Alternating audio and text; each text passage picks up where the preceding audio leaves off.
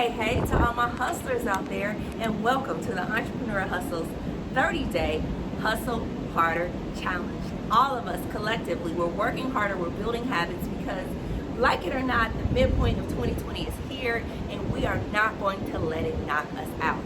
And today we're talking about a very important habit, something we probably don't do enough, and that is the habit and the skill of telling our story. Who are we? What do we do? What services can we provide to people? And how does it impact others' lives? And often as business owners, we put our shingle out there, hey, I'm an attorney, and we think that in and of itself should bring people, or people should really identify with what we do.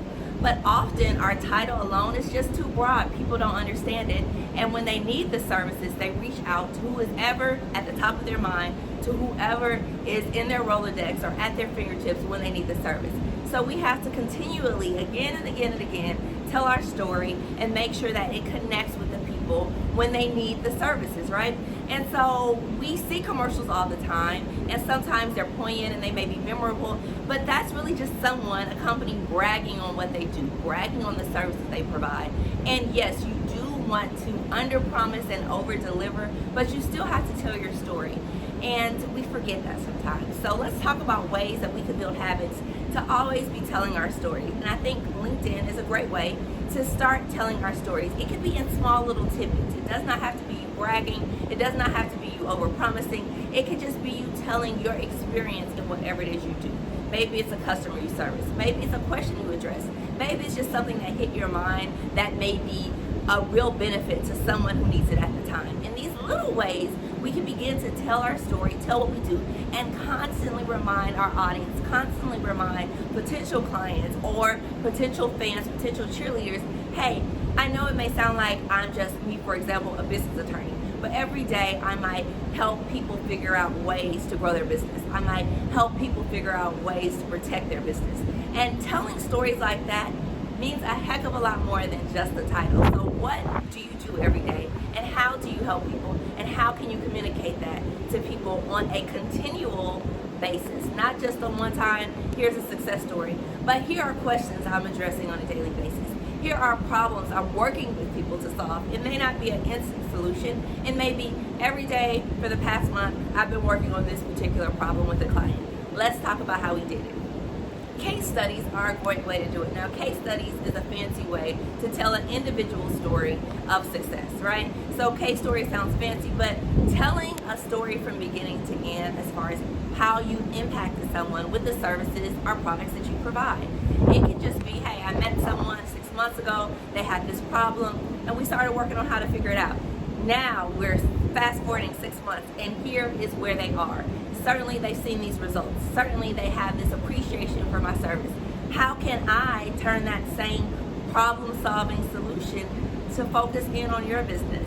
It's a very powerful way to connect with people, and we have to brag on ourselves a little bit. We talked about networking. If you want others to be your cheerleaders, to brag on you, they have to know what you do. And if you're not comfortable bragging on yourself, why should someone else feel comfortable bragging on you, right? You're only asking people to do things that you would do yourself.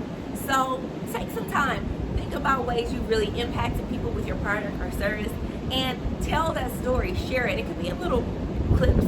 It could be in little, off camera phrases that you might have. It could be in little ways that you encourage yourself every day that you're going to share on a more public forum, but doing it is critical because it lets people know, hey, I'm putting myself out there. Hey, I really have a product or service that I believe in, that I stand firm with, and not only would you like it, you'll like me because I'm willing to share and be humble as I go through the process, but I'm confident that no matter the challenge, I'm willing and ready to persevere, to continue to be determined to solve that problem with my clients. So tell your story.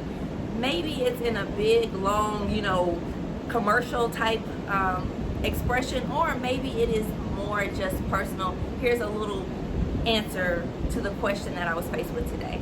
However you tell it, get to telling it, because it not only gets your name out there, gets your services out there, it encourages others to tell your story as well. And you don't want to be that person who has a great solution to a product, and then you're talking to a friend or associate, and they say, hey, I just got an attorney to do this, or hey, I just used a real estate agent to do this. And you say, hey, why didn't you use me? Why didn't you choose me? And they say, oh, I forgot you did that, right? You have to tell your story. You have to remind others of what you do, how you do it, and the fact that you're awesome.